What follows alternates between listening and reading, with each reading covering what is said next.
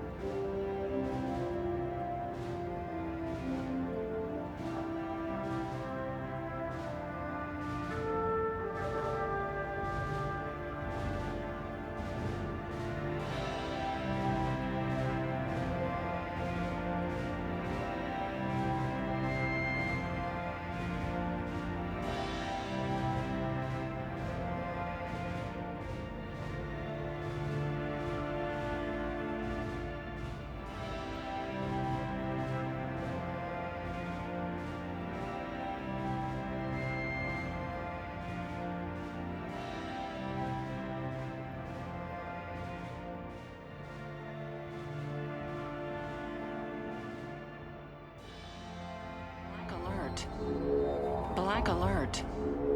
Black alert. Black alert. Ladies and gentlemen, welcome back to We Are Starfleet, a Star Trek podcast. Hello, welcome to the pod. Thank you to all of our new listeners and new subscribers out there. I've been seeing that count go up. I don't know who's sharing it, but I appreciate you so much. My name is Mike Slamer, and with me on the other side of the view screen is Ian Buckley. We are a part of the We Made This podcasting network. We also do blogs, some writing. We talk about movies, TV, music. It's all there. Check us out at wemadethisnetwork.com. Today, Ian, you and I are discussing Star Trek Discovery Season 4 finale, Coming Home. We are, yeah. Thanks for having me, as always. Good to talk to you again. It's been a few weeks. How are you? Indeed. I'm doing good, man. I'm coming back refreshed. Thank you so much for taking over while I was out living my best life. It's always weird to go on vacation and be like, look at this extravagant, incredibly expensive thing that I just did. I saved up for 2 years and it was worth every freaking penny.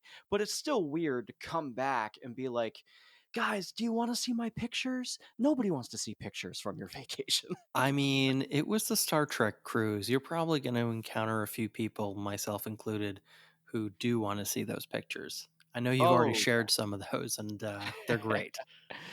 I've just kind of sort of gotten around to putting everything into an online album where I can actually share things. So now I'm just kind of like organizing it because so much happened and it's just like you got to organize your thoughts. Yeah, we were all Kind of very like jealous here. I'm sorry, but it's so worth it. Maybe if it ever sails out of New York City, it'll be worth doing. Because the flight and the hotel and then the flight home just to make all that happen, it adds up so fast. Anyways, we are not here to talk about a cruise, but we are here to talk about Coming Home. Episode 13 of Star Trek Discovery, the fourth season. Yeah, overall impressions. And we were talking a little bit prior to hitting the record button here, and we both feel pretty much about the same that this episode did a lot of good things to resolve the storyline.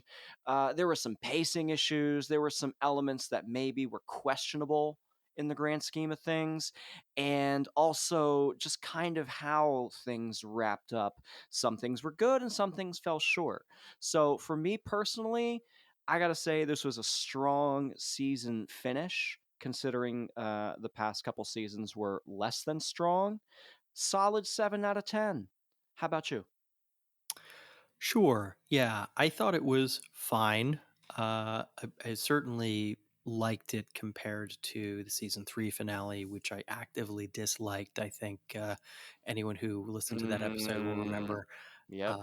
Very, very difficult to imagine them doing that sort of thing again, and I'm glad that they didn't. So, yeah, I'm probably score wise in about the same place, maybe a 6.5, 7. I think I'm Hmm. a little less enthusiastic about it than you, but I certainly liked a lot of elements within it.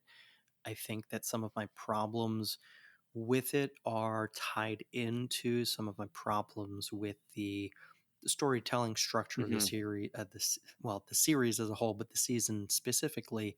And we'll get into that in a little bit more detail later, but Sure. also maybe in a future episode as we digest the entire season. But I think if I'm just focused on the specific things that this episode does and did, I was satisfied with it at the end of the day. Like I said, probably about a 6.5, 7, depending on my mood. Okay. Okay. I mean, still, that's a good score. That's a good Solid. It score. was it was Yeah. a solid episode. I think it also suffers in comparison to, I wasn't here last week to discuss last week's episode with you, but like you guys, I felt like it may have been my favorite episode of the Right. series overall. And certainly the season as a whole, no question. So, in contrast with that episode specifically, I think it can't help but suffer in comparison. But I think Right. where it's placed within this season as a whole, the narrative structure that they chose, I think it bears some of the baggage of those decisions as well. Do you think that in the modern era of storytelling and narrative dramas that are written for streaming services like Paramount Plus, any Netflix show, anything like that, that these writers and these showrunners are tasked with creating this massive story, and then they just kind of like, okay, this is the end goal, and this is how we're going to get there? Do you think that actually happens in the rooms, or do you think it's kind of like, a loose construct and they just kind of throw stuff at the wall to see what sticks? Well, well, I certainly don't think they throw stuff at the wall. Other than outside of maybe there's a group brainstorming session that happens sort of in the early pre-production of the season, as they, you know, I don't know if this show specifically does this, but other shows will sometimes staff a writer's room, sometimes specifically just for the purpose of breaking a season down, and then from there they will go into assigning individual episodes to Hmm. writers and Hmm. writing teams.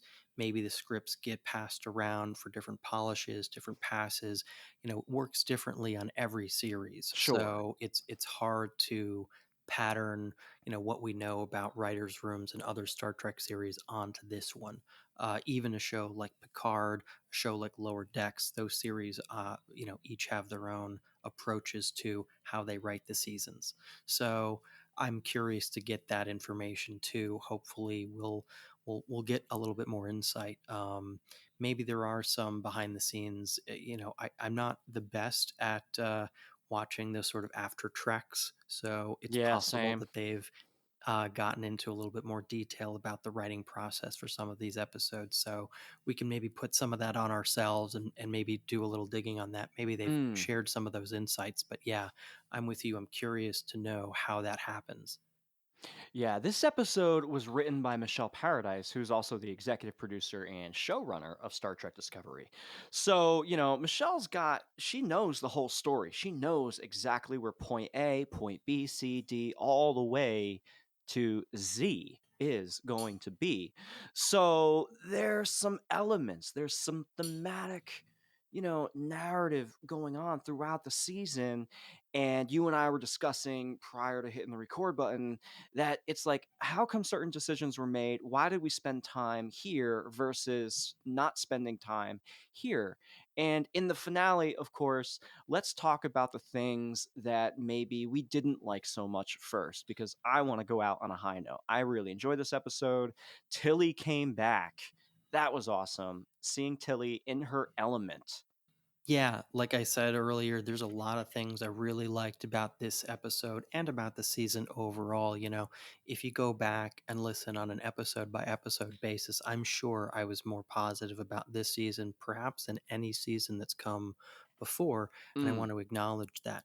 But yeah, there were definitely some individual things about this episode in the details that I thought could have been, I don't want to say executed better, but maybe in ways that would have led to me connecting with it a little bit more right. and not getting kind of bounced out of the episode like I was a few times. I kind of got caught up Right. on a few things, and that limited my ability to really engage and enjoy it in the way that I did with last week's episode, for instance. Mm.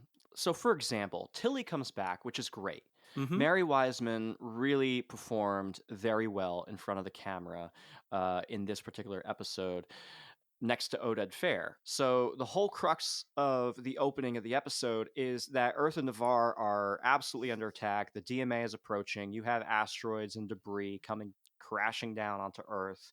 And, it's a pretty stark contrast to previous Star Trek Discovery finales, where the finale was mostly ships shooting at each other from across wherever. And instead of the ships shooting at each other, you have ships trying to defend Earth by getting rid of the debris, shooting them out of space, using tractor beams, or just putting themselves in front of the debris and sacrificing themselves so that the evacuation could occur. And you've got is it Lieutenant Tilly? Did I hear that correctly? I actually don't remember hearing a rank, perhaps. Yeah. So I think she's officially, she's no longer ensign. She's been promoted to lieutenant. Uh, I'm just looking through the notes here, and it looks like that is the case. I wasn't sure if she got lieutenant commander, but I thought that would be a little too much considering she was still a cadet. She was on the It command track. it would be, Anyway, yeah. This yeah. show has always been a little loosey goosey with that stuff, so I think we can both be forgiven for not keeping track of Right. that because the show doesn't go out of its way to keep track of that. Right. So Federation headquarters arrives at Earth with the evacuation fleet, and Tilly comes back. She has her cadets that she has been training at Starfleet Academy. And one of the things I really loved about this was that you see Tilly in full command. You see her confident and striving forward like she never has before, like totally in her element, right? You see the cadets behind her, like, yes, ma'am, we have our orders. We are now Starfleet officers. And it was really nice to see like the Orion and the Tellarite work together and understand like this is what it means. And you have, the one cadet who turns and says, I wish we could have done more. What a awesome sequence of events that occurs. But the reason why we have said consistently on this podcast that we get frustrated when the show does things so well that it's glaringly obvious when things don't go so well or they forget to include things. For example, an episode where we may have revisited Tilly at Starfleet Academy teaching the cadets would have been a really nice break in the action in the second half of the season. I don't disagree. I think that's certainly something that as we kind of look back and analyze the season as a whole, there might be some opportunities that we can point to say, like, yeah, maybe they could have done something there to flesh that out a little bit more. I hear you with that. Hmm. I think there's actually even within this episode a bit of a missed opportunity with these cadets to take this good idea and drive it home a little bit further, take it a little step further. Maybe we actually get to see a glimpse of what they're doing. Maybe we see one of them, like, not necessarily die, because I think Disco dips into that well a little too often, but Mm, I think at least be in peril in some way. Like I think they could have ratcheted up that scene or those scenes with her and them a little bit more. I liked, like you said, that moment where he expresses that he wishes they could have done more. I wish that they could have done a little bit more with these characters in this episode. because again, I was compelled by the little bit that they did do. Mm, yeah. And I thought Admiral Vance, he's always every time he's on Yes, screen, he's a it was a highlight of great the episode experience. for sure. Yep. Yeah, yeah. He pulls out the little bottle of whiskey, and they have that nice moment together, and they share when they truly believe that this is it. The DMA is here. We have nothing left to offer. All we can do is put ourselves in front of the DMA and maybe give another 10,000 people the opportunity to survive. Right. That's some powerful stuff, Yep. like and it worked. Yep. Yep. Definitely thought that Admiral Vance and Tilly getting to be badasses was a really nice touch of this episode.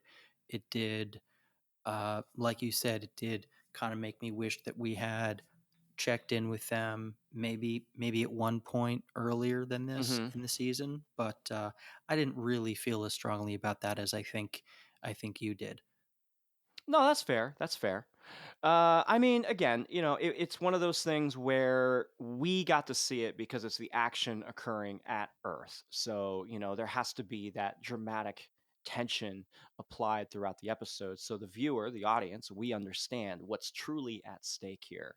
And it also serves to bookend to the end of the episode when we return. So it's a nice little grounding element. Agree with you. It could have. I mean, here's the thing. Anything that we like, we want more of, right? So if we like Fair. one thing, we're just going to want more of it, no matter what it is, even if it That's makes true. sense or not. I mean, I got a mad sweet tooth, and sometimes I can't put down the ice cream. So coming back to the discovery inside species 10C's hyperfield, there's a lot of action going on. You've got a lot of back and forth between Booker and Tarka as they're heading towards the DMA power source.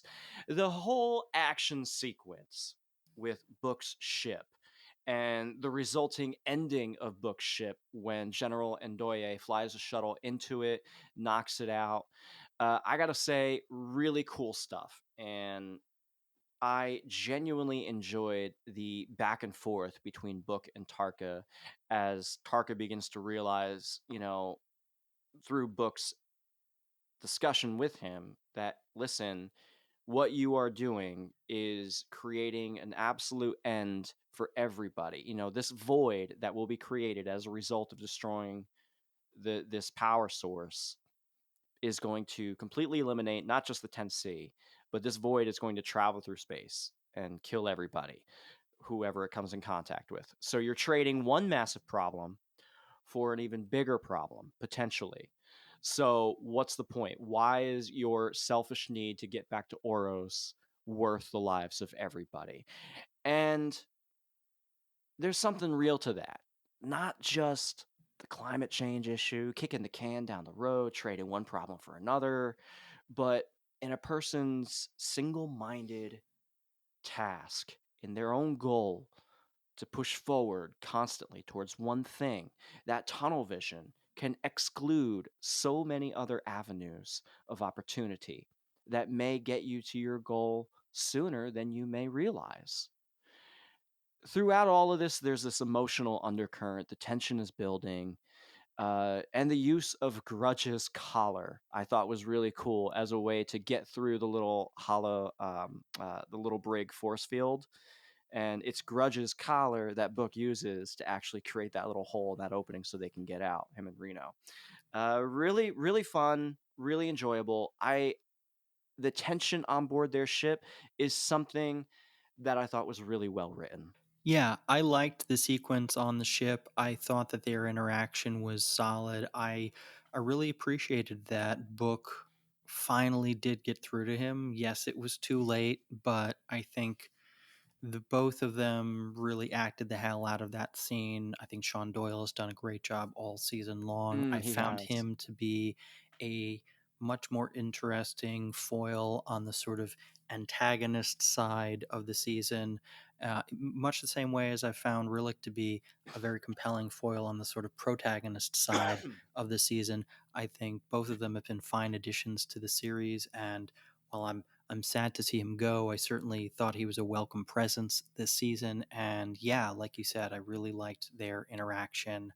I have mixed feelings about the way the Ndoye shuttle thing ultimately plays out, but as a device, as a solution, I really liked the ratcheting up of stakes of I finally got through to, we finally got out of this cell and I finally got through to Tarka, but it's too late. We can't do Right. anything about this.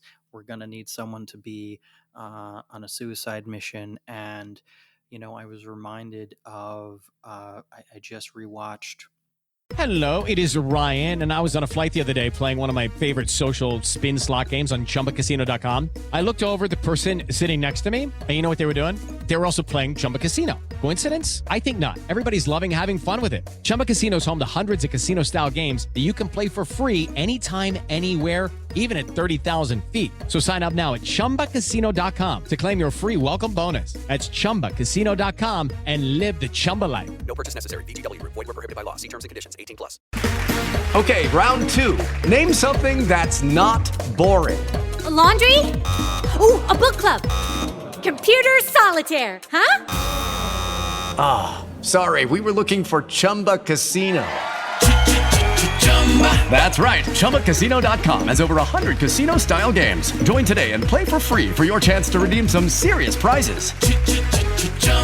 ChumbaCasino.com. No purchase necessary. Void were prohibited by law. 18+. Terms and conditions apply. See website for details. The episode of Next Gen where Troy takes the commander's exam and she has to, Oh yeah. to pass the test, she has to sacrifice Geordie's life in the simulation. And I was reminded of that moment of, Michael's having to make the choice to sacrifice a valued member of her bridge crew.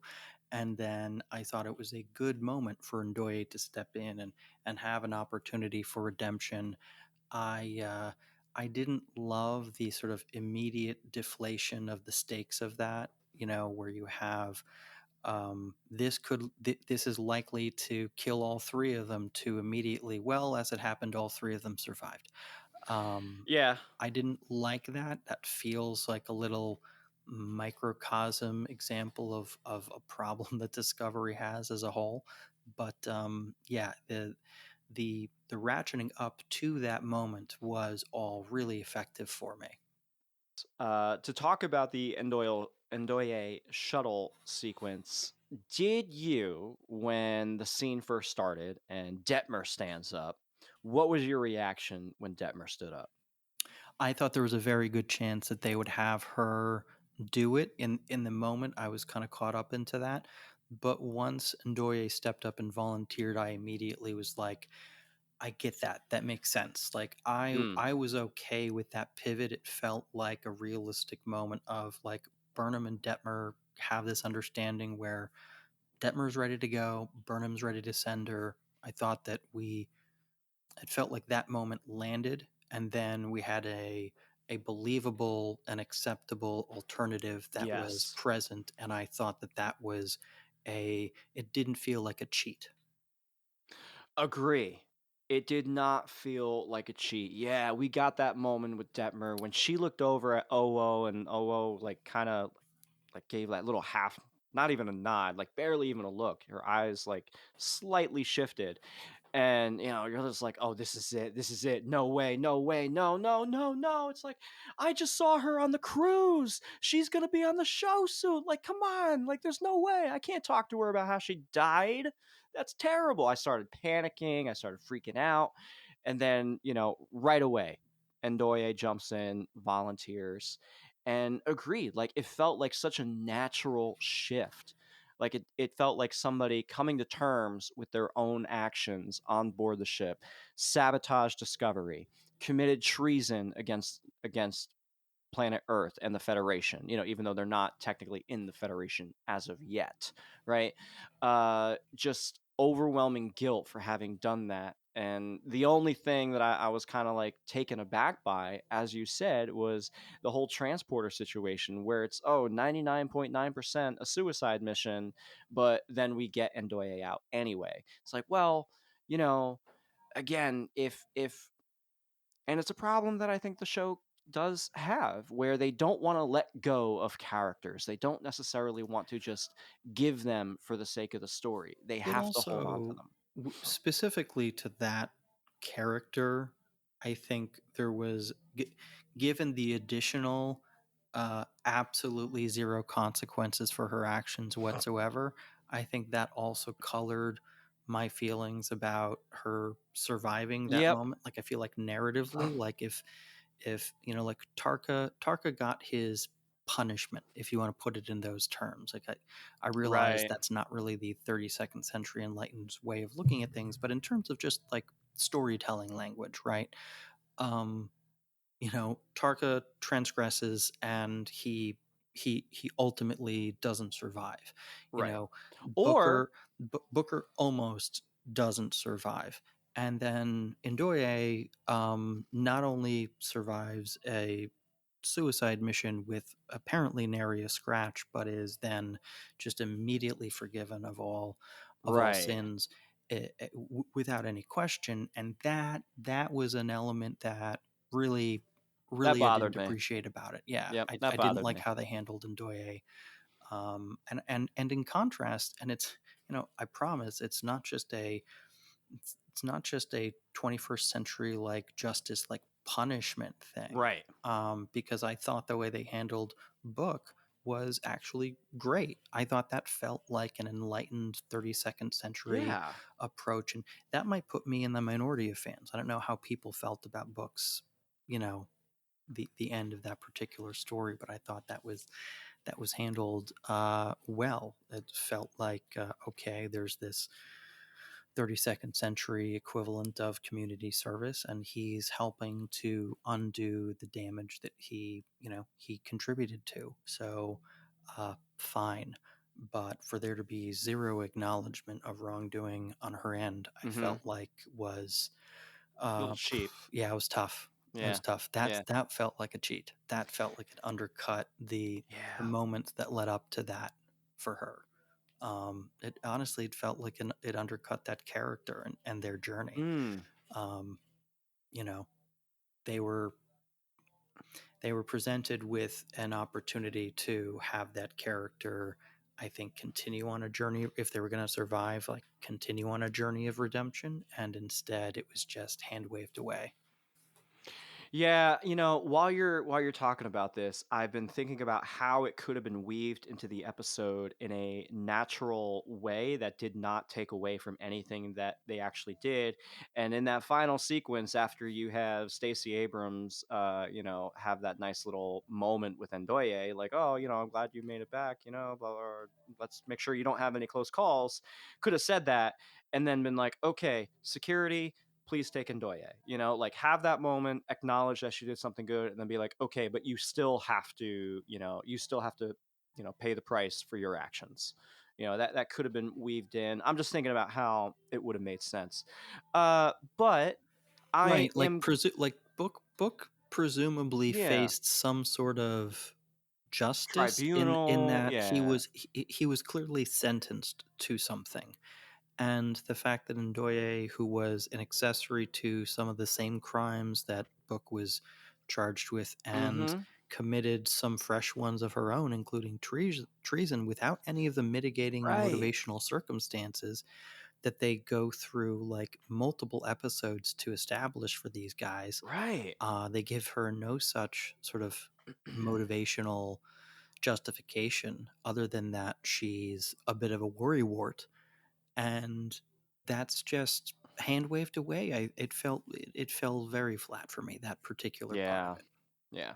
I am glad that you brought up how you feel about Booker's sentencing. Uh, I also view it as a bit of, federation, justice, community service. How often in previous franchise series of Star Trek do you have these villains or villain S types or rogues who kind of don't suffer any real consequences as a result of their actions? Whether they, you have Khan who takes over the Enterprise and Kirk banishes him to a planet, right? Like unilaterally just, did Kirk consult with Starfleet? Did he consult with a tribunal? Like Khan should have been brought back to face justice, but instead Kirk decided to do his own thing. And we applaud that. It's like, okay, yay, you did your own thing, but we know today in the 21st century that's not how that would actually happen, right? So, there's plenty of circumstances throughout where these things just occur and we kind of hand wave it. So at least Discovery is saying, you know, of course, Ndoye gets away with it a little bit, right? But Booker has to atone for his sins. He went rogue. He stole Tarka stole the spore drive, the prototype, and Booker went with him, installed it in a ship. So he's an accessory to that crime and did all these things and launched an isolytic weapon, which is, against the Khitomer Accords, so on and so forth. So he has to pay the price. And I agree with you that this community service, something that, listen, Book, you are no longer a courier. You're no longer a consultant on the Starship Discovery. You are now our liaison for all these worlds who need assistance, who need help. That you have a keen eye about. He's an empath, right? So he's got a keen eye on what people need, what people want, and what they're most affected by. This it really worked for me, Ian. It really did, and I applaud it. Yeah, and he played an active role in the negotiations with TenC at the very end, where he went a Mm-hmm. step further to say, "No, it's not enough that you stop. You also Yes. have to clean up." And so there's an element too of he has suffered already a tremendous loss, and so there's an element, I think, of sort of time served when it comes to Sure. weighing what justice for that character looks like. And I didn't feel like there was any of that for Ndoye. Agreed. Agreed. Let's talk about Tarka for a second. Hmm. Obviously, Judy was boring. Hello. Then Judy discovered ChumbaCasino.com. It's my little escape. Now Judy's the life of the party. Oh, baby, mama's bringing home the bacon. Whoa, take it easy, Judy. The Chumba life is for everybody. So go to ChumbaCasino.com and play over 100 casino-style games. Join today and play for free for your chance to redeem some serious prizes. ChumbaCasino.com. No purchase necessary. Void where prohibited by law. 18 plus terms and conditions apply. See website for details.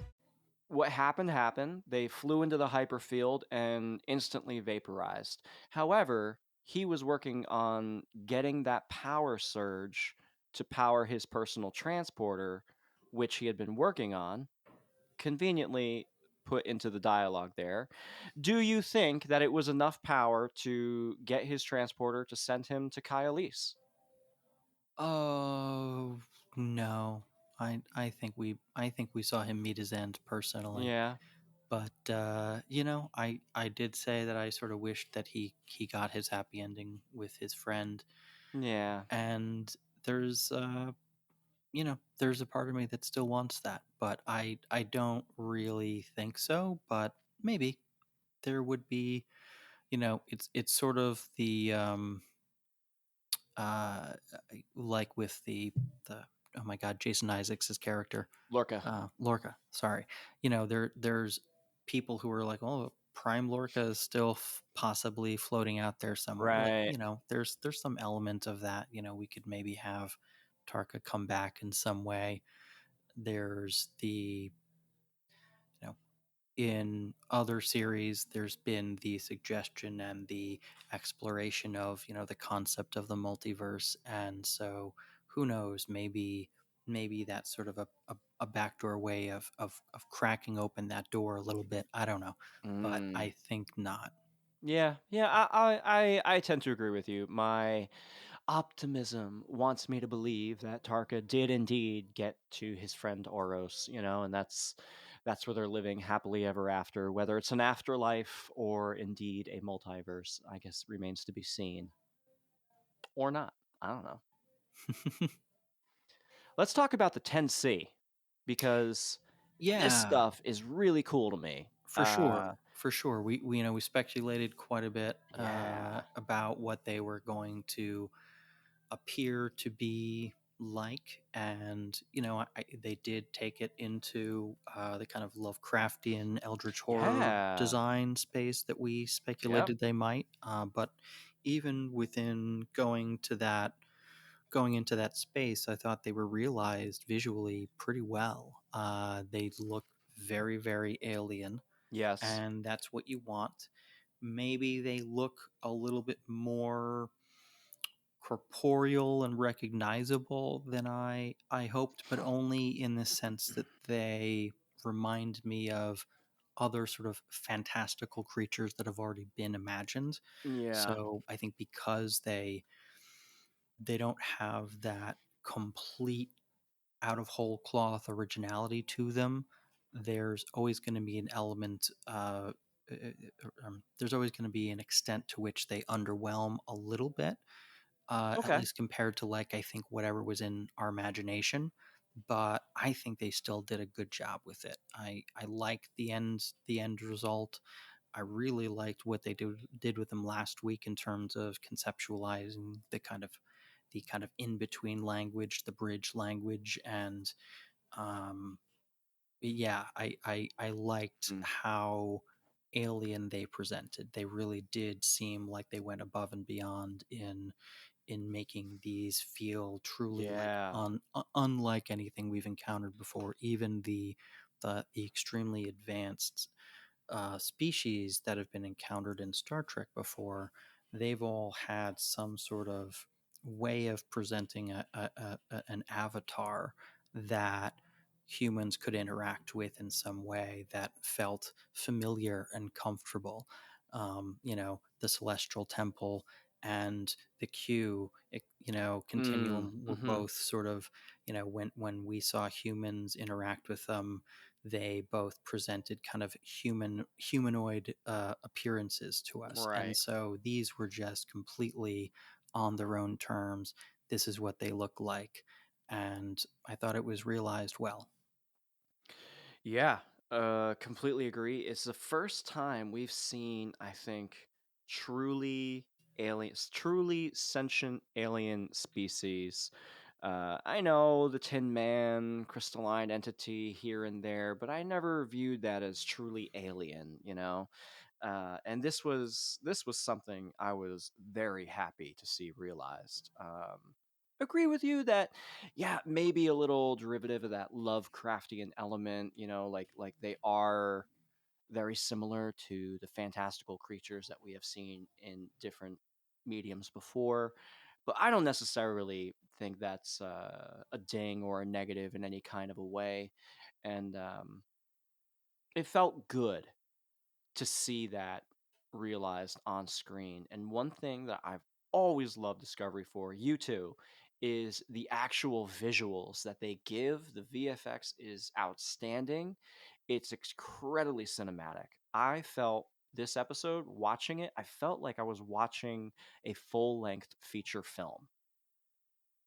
Yeah, the production values in the show continue to be outstanding. I think that's never been something the show has struggled with, and I have no notes, as they say.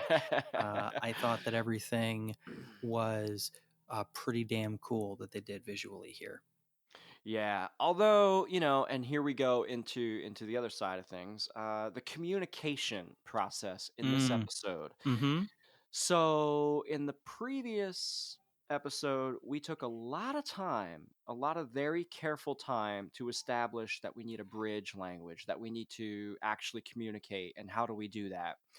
And in Act One of this episode, we have our Navarre President Tarina, Madam President Tarina, suggesting telepathic communication to convey the desire that the Discovery stands apart from what Tarka is doing.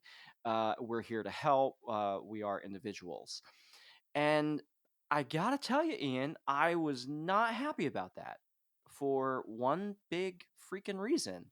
What the heck was our last episode all about? Why did we have to go through a bridge language when Tarina could have just done this in the first place? Yeah, the fact that it wasn't even brought up as a possibility the previous week Hmm. is not something that I'm thrilled about. Yeah. It feels like if there was look, they clearly establish in this episode that it is not very effective what she tries to do, and that Right. it is done at a cost. So I get why they might try that and not necessarily think that it was going to be a path forward. But the fact that it was never mentioned the week before, I mean, it's a credit to the writing of last week's episode that I didn't even care at the time. Right. Because now in retrospect, it does seem like a pretty obvious thing to say, like, hey, why didn't anyone suggest that last week? But Right. everything else that was going on was being done so well that it was just kind of carried through on the logic of the story. And then when they immediately start with that this week, it kind of came, my thought train just kind of came crashing to a halt. And I was like, wait a minute, they could have done this the whole time. Yep. Same. Yeah. It like we literally, as we were watching the episode, we don't usually do this. We literally pause the episode and we're like, wait a minute, didn't they? Why didn't anyone say this last week? They could have done this the whole time. Yep. And apparently was just like I don't want to say easy because it was clearly not without its cost or consequence, but in terms of execution, she just held her hands up and thought hard at it. Thinking really hard. Yes. I mean, at least we got a nosebleed though. I get that it didn't have she didn't really have the ability to communicate what they wanted her to, which was a complex idea, but it could have been a way to communicate the very basic like notion of hello, we come in peace, or like whatever else they might have done first. It just felt very strange that now you can try doing this and you're going to try and communicate this really nuanced concept to this alien intelligence. I don't understand. Exactly. Many humans would have a hard time understanding that, if you all come together and then you act differently, why? It is Ryan here, and I have a question for you. What do you do when you win? Like, are you a fist pumper, a woohooer, a hand clapper, a high fiver? I kind of like the high five, but if you want to hone in on those winning moves, check out Chumba Casino. At ChumbaCasino.com, choose from hundreds of social casino-style games for your chance to redeem serious cash prizes. There are new game releases weekly, plus free daily bonuses. So don't wait. Start having the most fun ever at ChumbaCasino.com. No purchase necessary. VGW. Void were prohibited by law. See terms and conditions. 18+. With the Lucky Land Slots, you can get lucky just about anywhere. This is your captain speaking. We've got clear runway and the weather's fine, but we're just going to circle up here a while and get lucky. No, nothing like that. It's just these cash prizes add up quick. So I suggest you sit back, keep your tray table upright, and start getting lucky. Play for free at LuckyLandSlots.com. Are you feeling lucky? No purchase necessary. Void where prohibited by law. 18+ terms and conditions apply. See website for details. Like that's a hard concept in and of itself to understand that people, even in organizations, are separate from each other. So Tarina gets away with a nosebleed and she gets really tired and has to go to sickbay and lie down. That's pretty much the extent of the challenge that she faces here. Yeah. And all she can come away with is to say that the TenC are confused and they're terrified and they cannot stop Booker's ship. They don't have the ability to, and they no longer trust the people on Discovery. So we need to find another way. Yeah, it wasn't my favorite way of starting the episode from a storytelling perspective. Yeah. I guess I shouldn't say that from the perspective of giving us information in this particular episode. If we take it out of the season, if we take it away from the context of what we learned last week, it's fine. I don't have a problem with it as a device. It's just in context, it just took me out of the episode. Yeah. Literally paused the episode to be like, what? Yes. We do find out something fairly useful, though. Tarina says that the connection with the TenC, they're a hive mind. They're a hive mind, not like the Borg, which, shout out, we get the name drop. President Rilak asks if they were linked like the Borg. But Tarina says, no, it's different. They exist kind of in this state of harmony with each other, and they are all kind of togetherness. They don't understand the concept of the individual existence which I thought was really, really quite. It is an alien concept, right? We view ourselves as one individual, whereas the TenC view themselves as an entire individual, all of them put together, which is certainly a way that I know that there are some tribes around the world still today that view themselves as one entity, and that leads to a lot of the conflict with others in their close vicinity. So I have to wonder now, like it's getting my brain, my imagination going, right? Like the 10C built this hyperfield because they are fearful of others. They're isolationist.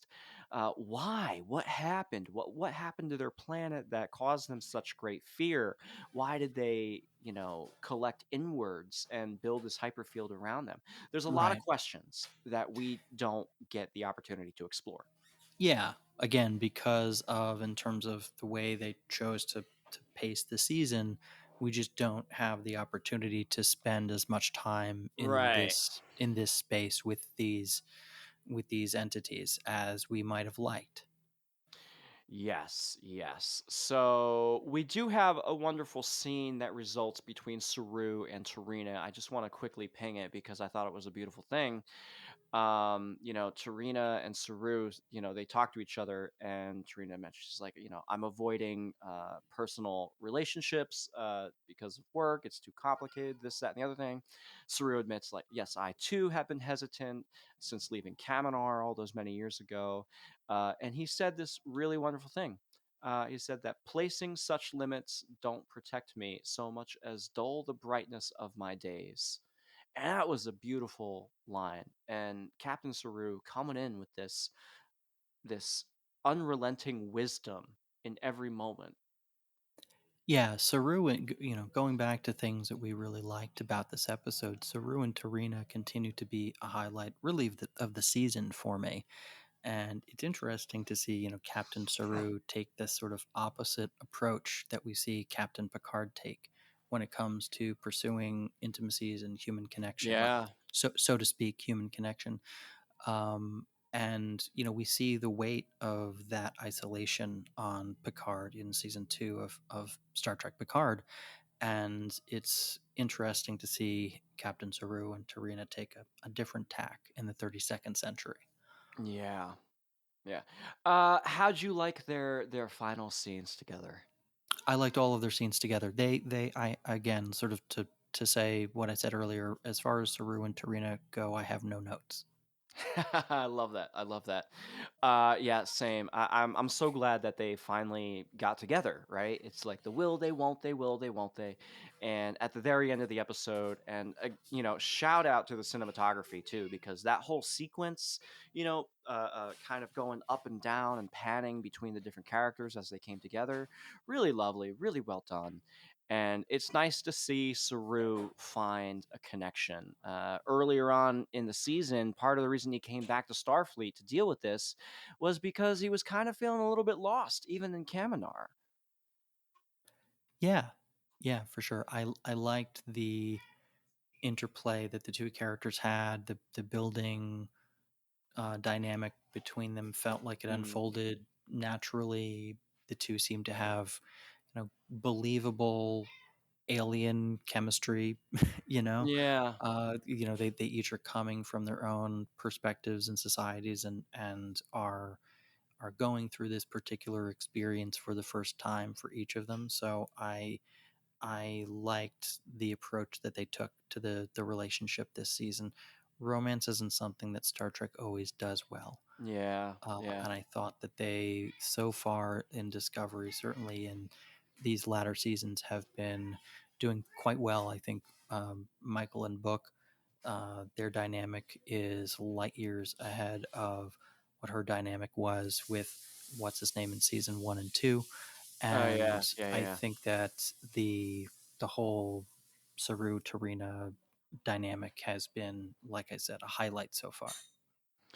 Yeah, the final thing I'll say about it is that rarely do you see mature relationships depicted with adults in modern television, and it's nice to see two very well well accomplished and recognized individuals finding each other across the vastness of space. Oh yeah. And that's very good stuff. To continue the story about relationships, you have Burnham and Booker, and everything at the end there, like all the moments that they have shared, honestly, since the beginning of season 3, have been just awesome to watch come together on screen. Like, it's just really good stuff. You mentioned it just a few seconds ago with Ash Tyler. I didn't believe it for a second.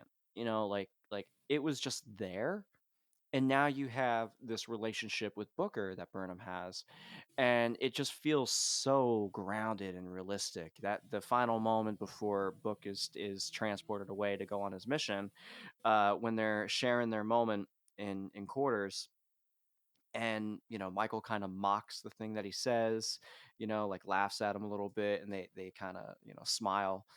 Just like, that's real. That's real stuff between partners. Definitely. Yeah.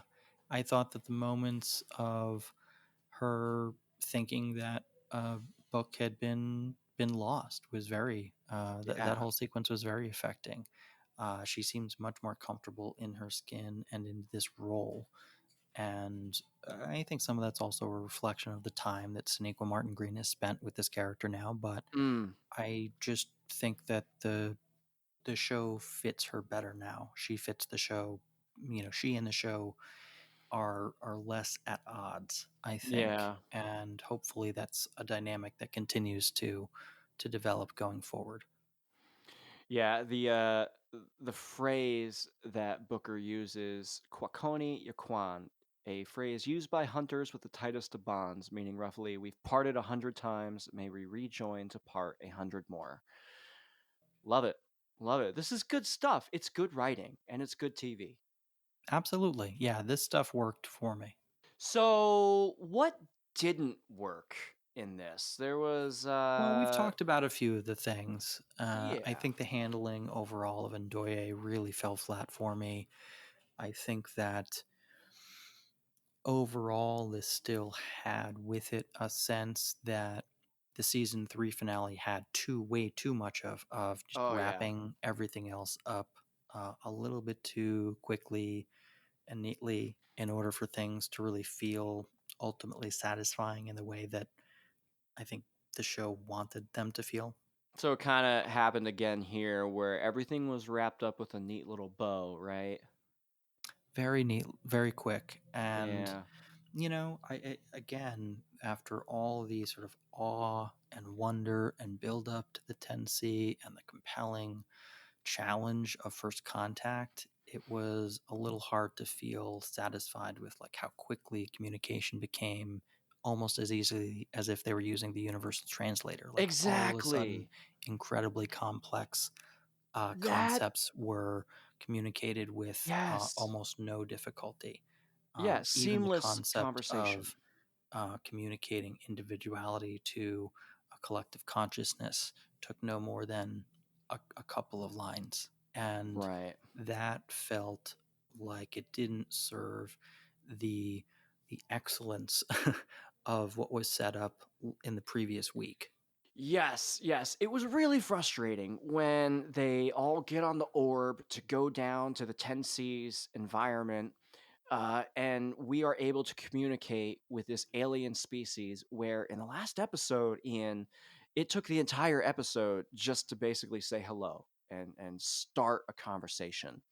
And now we have a cool little device that Saru taps on both sides and seamlessly translates what they're saying to each other.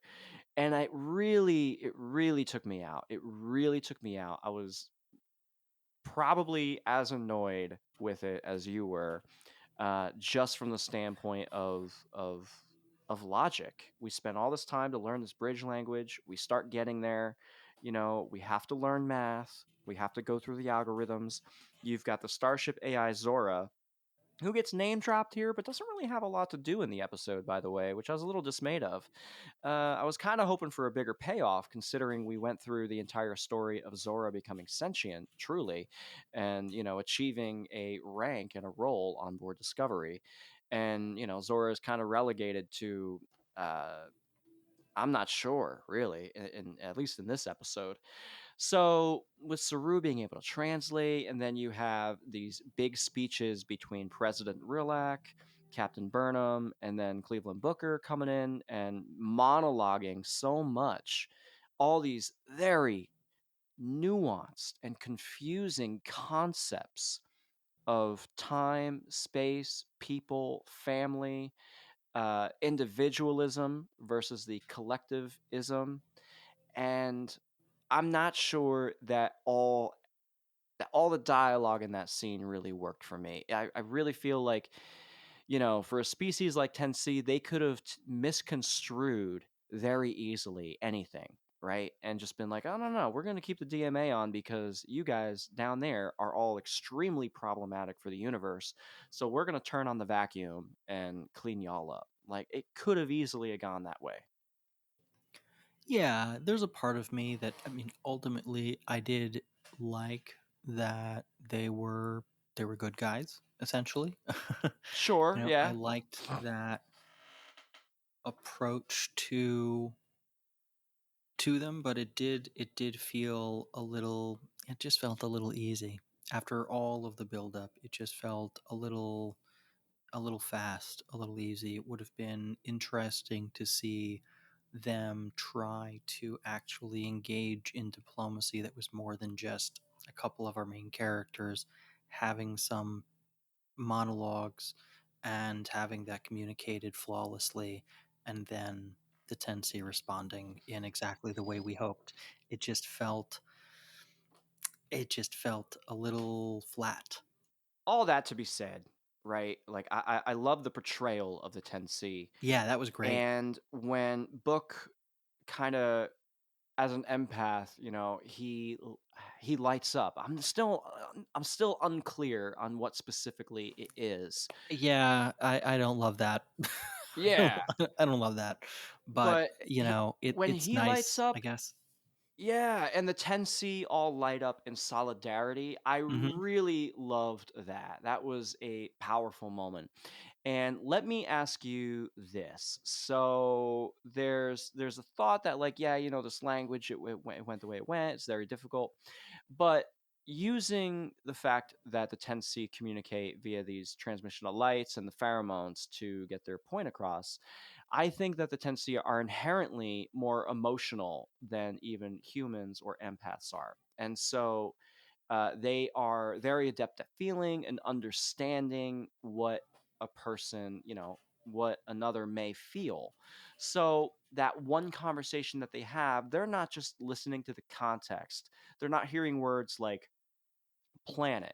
Instead, they're feeling the loss of not just people, but they're feeling the loss of like plant life, animals, home, all the concept of what home entails. Like, not just where you go to sleep at night, but how you feel about it. So they're collecting when Book says these things and he's emoting, that the TenC are receiving not just the words, but the enormous gravity of that emotion. And so when they light up with Book in solidarity, I think that is that moment, that key that we're supposed to see, that like they're not listening to the words so much as they're listening to the intent and the emotion behind those words. So I think, that for me kind of it softens the blow a little bit of the whole translation scene and the communication back and forth, if that makes sense. Yeah, I get that there's an element of communication that isn't necessarily verbal going on that Book was experiencing and expressing, and I think that's fine. I just it needed to be fleshed out more. Again, we're Fair enough. coming to a problem with Discovery at large of, yeah, that's potentially a cool idea, but I feel like we're having to bring a lot of our own thoughts and ideas about what might be behind some of these decisions Right. into these conversations, rather than the show providing more evidence that it actually knows what it's doing on some of these storytelling decisions. Yeah. I think a great example of that is, a show should invite you to imagine what ifs, right? And Tarka, is he dead or did he go home to Oros? That's a great what if for us to think about. But a show should not be asking its viewers to fill in the blanks, like if you require a show a viewer if you require a viewer to fill in the blanks of what happened in a specific scene, that is very crucial to understanding how we are closing this episode, how we are closing the show of this season, then there's something missing there. Maybe you should take another pass at, how that scene is working to make sure that the viewer understands the full intention behind it. And I just kind of feel like that's one of those things that they missed out on. For sure. So let's talk about the delegation a little bit. They land on the TenC's planet through that orb. I thought it was a really cool visual sequence to have that orb come down to the planet, disappear, and immediately create like a force field around it, around where the humans are, and then all the humans and Navarians, and I don't know if there was a Ferengi there or not, but they all walk onto the planet's surface. I thought it was a wonderful moment to kind of clue the viewer into saying like, oh, it's not a breathable atmosphere, but the TenC are creating one specifically for them. Good stuff. I did not like that it wasn't really President Rilak who was driving the conversation. In First Contact, it kind of seems like you would want the president to do that, and they were all just kind of there, and they Because were the all looking whole to each other. point of her coming along was so that she could be the lead diplomat. Correct. Utilizing her vast wealth of knowledge on Federation protocol and principles, she was elected to this position to represent the people of the Federation. And I don't know. I just felt like she wasn't doing a whole lot of representing. And No, it felt very perfunctory. mm-hmm, Felt like anybody yeah. could have been in that role, and that's the last thing you want to say about her in this episode, because that's the whole point of her being there. Exactly. But to talk about other diplomats and politicians, we get a walk-on role from a U.S. politician here in the States.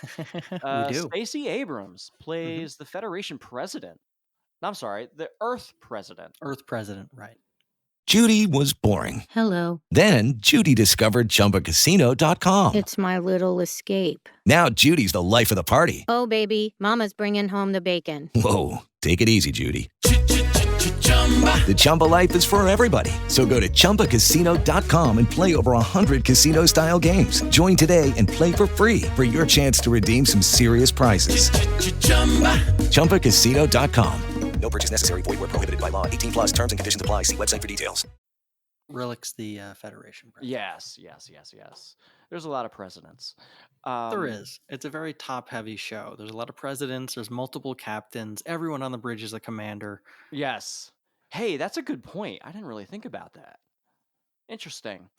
Not exactly a whole lot of lower decks action going on, is there? No. It's a lot of lower decks erasure going on. Stacey Abrams, she's a very popular progressive politician in the South. One of her big tenets that she runs on is voter rights, and we need to make voting accessible for everybody. It doesn't matter who they are or why they want to vote. You need to make it accessible. And, Georgia, specifically the South in general, do have issues with getting access to all of its constituents across the varying states. Some do better than others, and Georgia does not really do all that good of a job. So that's just one thing that Stacey Abrams is working on, to make sure that, hey, listen, if we're going to be sending out these ballots, let's make them make sense. You shouldn't have to open an envelope flap to find that. Yeah, no disagreement there.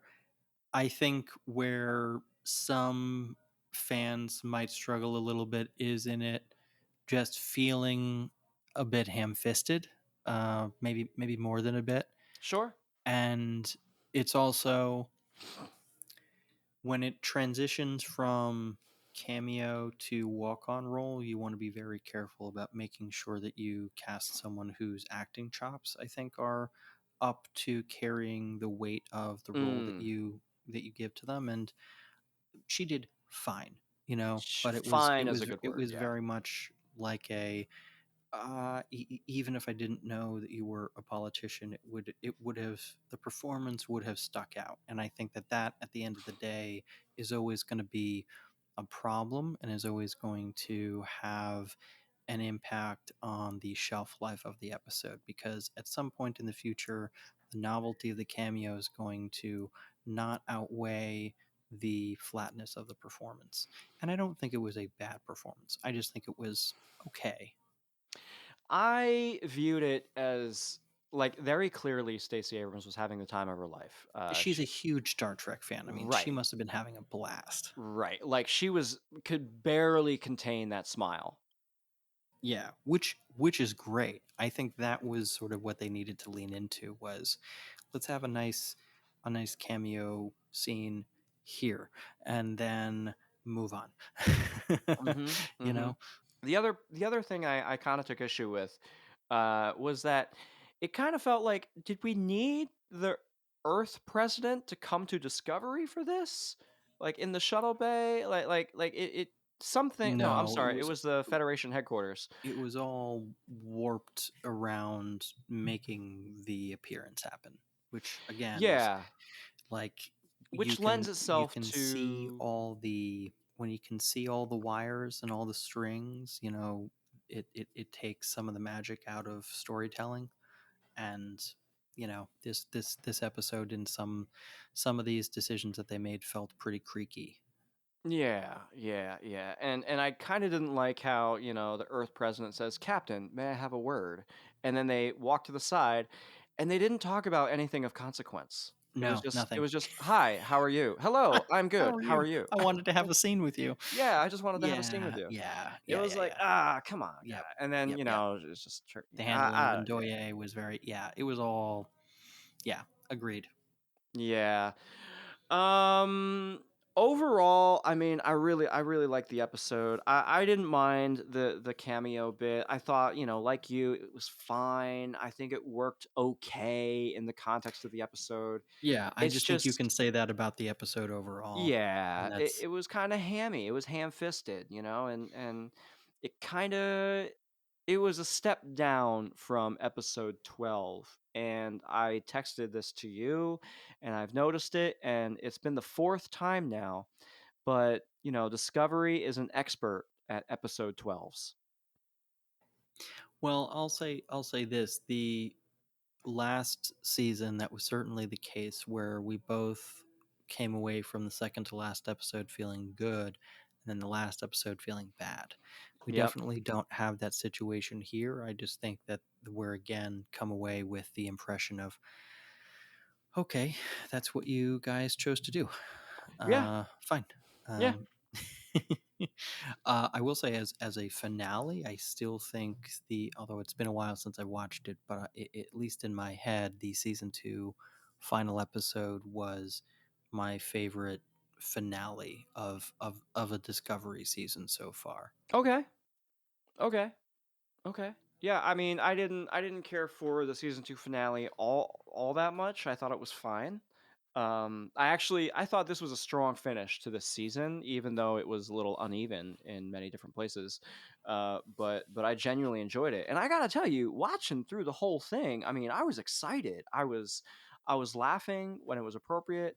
I was crying when it was appropriate. I Sure. genuinely teared up when I thought Book was actually lost, because Yeah. Luke No, and I had they did a discussed good it. job of selling that, I thought. Yeah, and Luke and I discussed it. It's like, are they really going to pull the trigger on Book? That would be a very brave moment. It would grow up the show in a big way. And I was both, genuinely distraught when, we didn't get him back, when he wasn't, transported away in time. And I was happy, and yet my my monkey brain, my emotional monkey brain, was happy that Book came back, that he wasn't actually dead.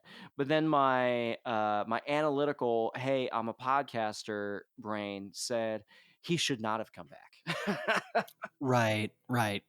But it's that kind of writing that I thought really landed well inside this episode, that lends itself to say, like, yeah, we're not ready to let go of this character yet, but we are willing to put them in positions where you might actually lose them. Yeah, yeah.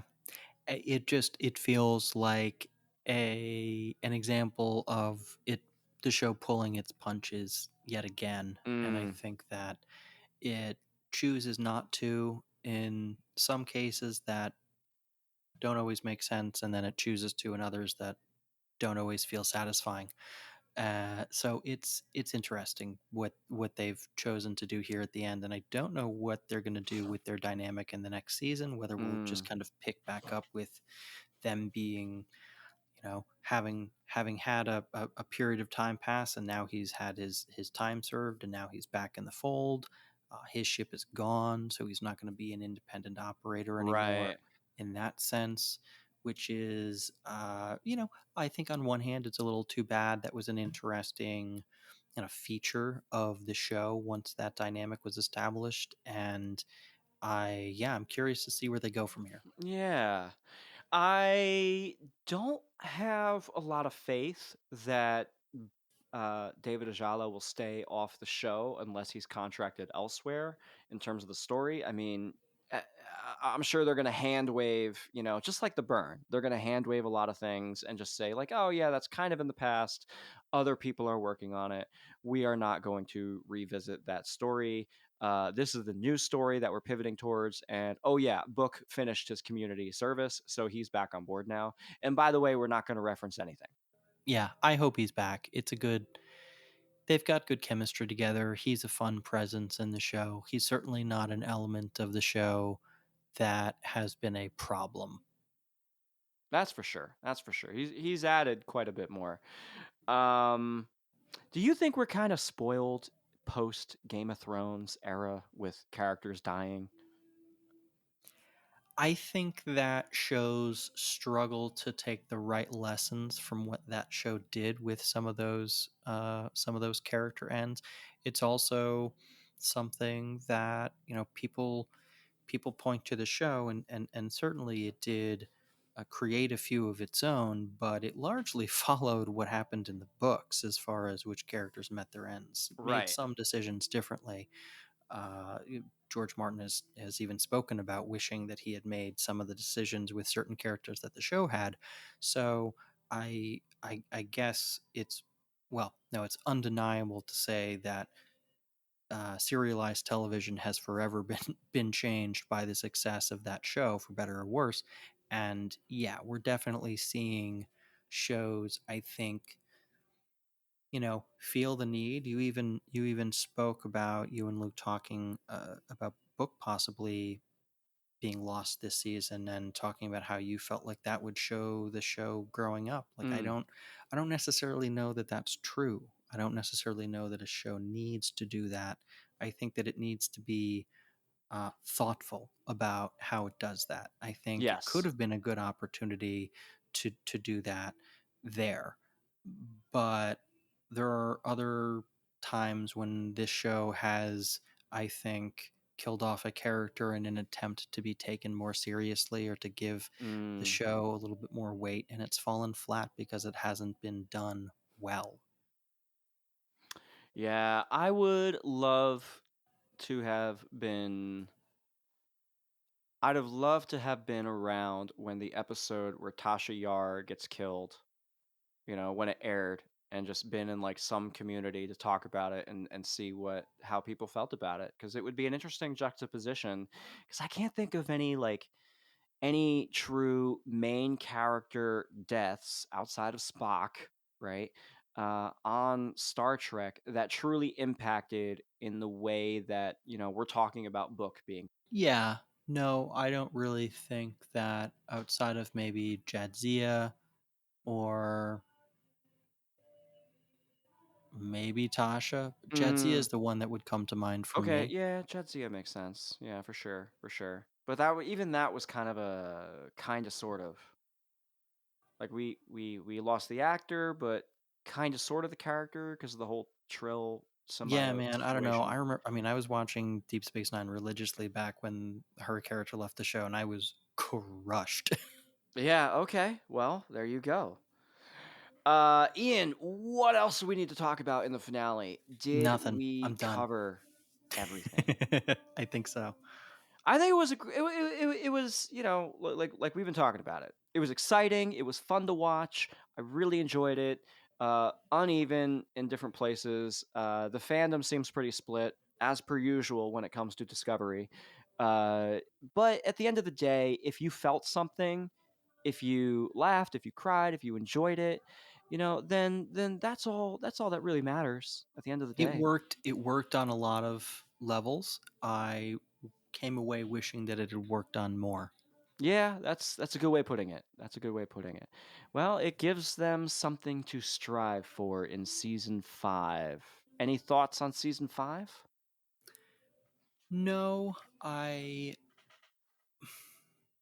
think we can save deeper thoughts for future conversations, but Fair. I'll say that I feel like they did a pretty good job at the end of, even though I had trouble with how neat and tidy they tried to make it all, they did sort of clear the table at the end of this season, Mm, and I think that could be a good thing for the show. It could be kind of a new launching pad. It felt sort of like we had the first 2 seasons and with a sort of a definitive kind of reset button. And while this doesn't necessarily have the same kind of total reset feel that we got between seasons 2 and 3, it does feel like we're getting a shakeup that we didn't get between seasons mm, 3 and 4. Um, Tilly's certain, future with the show feels uncertain. yeah. Book's future with the show feels Mm-hmm. uncertain. There are, new romances for certain characters, Right. and they aren't stationed in the same place. So how is that going to work? Like it does feel like there's a lot of new ground being laid for the future, and I am excited about that. It's still a show that I like. It's still going to be new Star Trek. They're going to do some cool stuff. Look, TenC was a great episode of this show. This Yeah. show can be that good. Yeah. So any series that comes after this, I'm going to be able to hold out hope that they'll give me a couple of episodes that they really do a great job with. And again, I felt like on an episode to episode satisfaction basis, this series was continued to be an improvement for the Yes. show overall. So if it continues on that trend, I'll also be happy. I think that big picture planning stuff, when it comes to how we're plotting out the course of a season, I think we can improve on some of that going forward. Mm-hmm. At least as far as a fan sitting down and watching the season as a whole. Like I have different feelings about the season as a whole than I did about some of the individual episodes. And Yeah. when I come away from a season feeling like it was a little less than the sum of its parts, that's an area for improvement on this show that I'm hopeful for in the future. Well stated. Well stated. Ian, we are going to come back soon to have a season 4 retrospective. What worked, what didn't work, how did we like it, what was great, what was not so great, and kind of dive into our characters a little bit deeper, talk about season 5, what's coming up. We are also going to be handing over the reins a little bit to our fellow We Made This colleagues. So, folks, don't be alarmed, but stay tuned because we will all be discussing Strange New Worlds when it premieres on May 5th. And that will be coming to you courtesy of the We Made This network of Star Trek podcast hosts. So, with that, Ian, thank you. Folks, thank you so much for listening. Please do drop us a 5-star rating on your favorite podcasting platform. That's the best way to leave us a tip. I can't believe it. Another season of Star Trek Discovery. Yeah, Ian, another one in the books. Yeah, this has been awesome, man. Make sure you guys follow us on Twitter and Instagram at Starfleet Pod for updates and show releases. You can chat Trek, maybe something you'd like to hear an episode about, or maybe you want to be a guest. So, with that said, stay tuned to hear more about what's coming up on the We Made This network. Bye, everybody. Elsewhere on We Made This.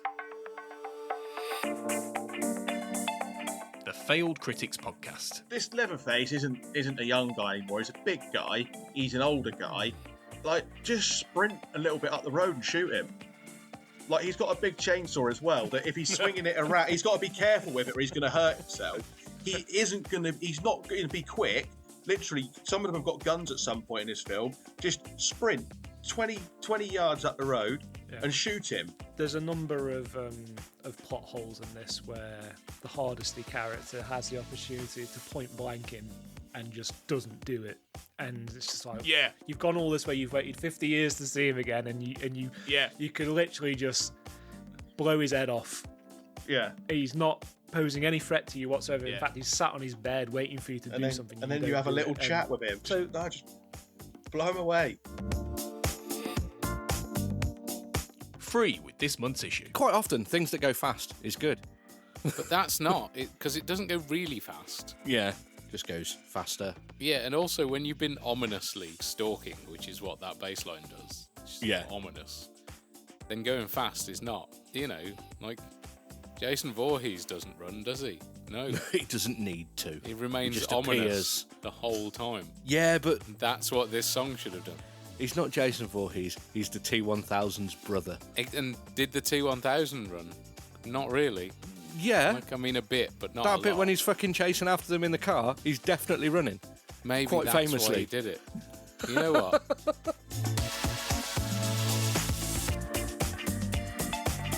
Geek Polymath. I don't think I'm a geek because I'm gay, but I think it fucking helped. Well, listen, so I have theories about this. Good. Strap in for a conspiracy session. Please. It's all to do with being an outsider, which, of course, as fingers crossed, as society progresses and advances, we will hopefully get to the stage where just sexuality will have nothing to do with you being an insider or an outsider, but it's massively a part of it. There's a reason Russell T Davies felt such a strong connection to Doctor Who. Yeah. And I think those kind of outsider bubbles overlap. Check out all of these shows and more on the We Made This podcast network.